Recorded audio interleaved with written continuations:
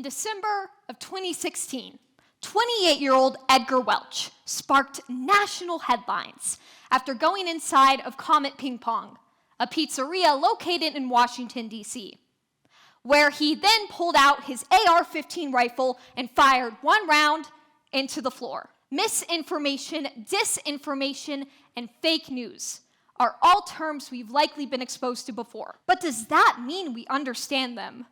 Well, no. According to the Pew Research Center, only 39% of Americans feel very confident in their ability to recognize fake news. Before writing this talk, I certainly had little to no knowledge of these terms and how harmful they actually are until I was involved in spreading misinformation. This impacted people who didn't deserve it. And though everything was resolved, the guilt I felt lingered. How could I be so stupid? And more importantly, how was I so easily susceptible to spreading misinformation?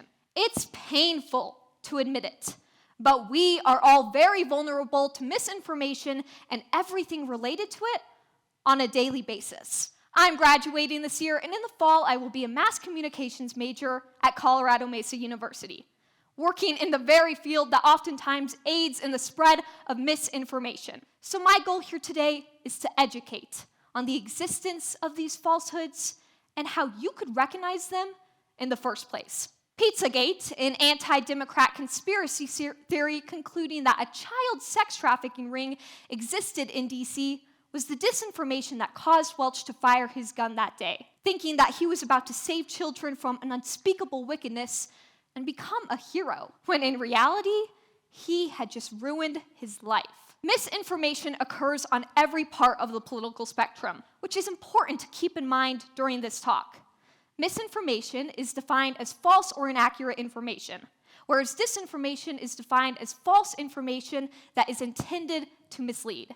So why exactly do misinformation and disinformation spread in the first place? Well, there are many, typically mistaken or malicious reasons. Let's take a look at one regarding misinformation. In 2020, misinformation spread regarding COVID-19, specifically the mask-wearing statistics, when multiple articles were published claiming that a CDC study found that the majority of those infected with COVID had always worn masks. The misinformation here came from people incorrectly interpreting the study, thinking that mask wearers were more likely to get COVID when compared to non-mask wearers, which wasn't the case at all, and the findings were misinterpreted, turning this misinterpretation into misinformation. Now, this was just a mistake, but it had to be taken very seriously as it concerned public health and safety. You know what wasn't a mistake? Well, I'll get there. First, let me set the stage. It's October 15th, 2009, and news stations across the nation are covering a breaking story from Greeley, Colorado. The scoop was that a 6-year-old boy, Falcon Heaney, had accidentally got stuck inside of a UFO helium-shaped balloon created by his family that had gotten loose and flown away. At least, that's what his parents told local authorities and news sources, who then continued to track the balloon for approximately 90 minutes until the balloon landed. And well, to everyone's surprise and confusion, no boy appeared. Turns out, he had been hiding in his family's attic after being told by his parents to do so, confessing in a CNN interview later that night, saying after being asked by his dad, quote, "Why didn't you just come out?" Falcon said, quote, "You guys said that we did this for the show." At that moment, millions of people had succumbed to a hoax created by a family for virality. And many cases of disinformation like this one occur more than we'd like to assume. So what about fake news? Defined as false stories that appear to be news spread on the internet or other media, usually to change political views, fake news isn't just news that you don't like or disagree with. An unprecedented number of fake news was discovered when BBC Verify and fact-checkers from Logically, a UK-based tech company, uncovered a Russian-based operation, spreading and producing hundreds of videos impersonating over 50 media organizations during the peak of the 2024 US presidential election, spreading lies ranging from ballot fraud and creating videos that were made to divide our nation more than it already was, with pro-Russian narratives. At their core, these terms are essential to understand, especially when considering the implications that they held in every example we went over today. So, moving forward, how could we approach verifying content? Well, it's actually pretty simple. First, seek out fact-checking websites, such as factcheck.org, PolitiFact, and Snopes, all resources made to help show the true merit of information that you're consuming. Next, consider using BBC's SIFT strategy, a simple 4-step method to uncovering misinformation. First, stop. With our constant information consumption, it's easy to get lost and not reflect on the information that we're consuming and its credibility. So take a second to pause. Second, investigate. Who posted this information? When was it posted? And why was it posted in the first place?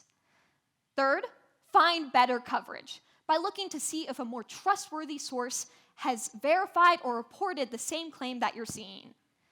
Lastly, trace the claim back to its original context. BBC states, quote, "It is the responsibility of each one of us to make sure that what we are posting, liking, and sharing is first and foremost true." In the age of misinformation, there are a ton of other resources that you could access at your fingertips, which I unfortunately don't have enough time to talk about here today. But don't fret, because lucky for you, I've compiled the best ones into a graphic that you could access using this QR code and reference whenever necessary. When we spend an average of 2 hours and 24 minutes a day on social media, the likelihood that we will reach deceptive information only rises. Heck, it's already reached our kids on platforms like YouTube, where BBC journalists discovered 50 channels spreading disinformation disguised as STEM content, using AI to help optimize the algorithm. All of these videos use real science to prove conspiracy theories, ranging from the supposed existence of electricity-producing pyramids, the denial that climate change is at all human-related, and of course, the existence of aliens. Misinformation may very well be the death of our nation. And if you're unable to recognize that something is nothing but misinformation, then you fall victim to harmful echo chambers and confirmation bias, telling you that, yes, your pre-existing beliefs are absolutely correct, even when that may not be the case. Mark Twain once said, quote, "The truth has no defense against a fool determined to believe a lie," which just drives the point further that we must fight to seek the truth.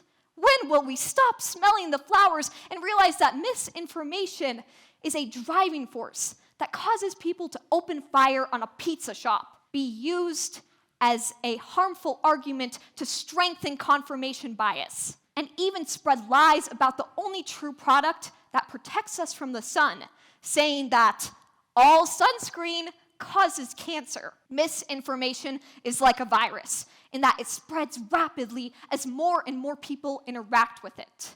My call to action here today isn't to constantly be paranoid about what is and isn't true, but rather to use the strategies in this talk to better understand the information that we constantly consume.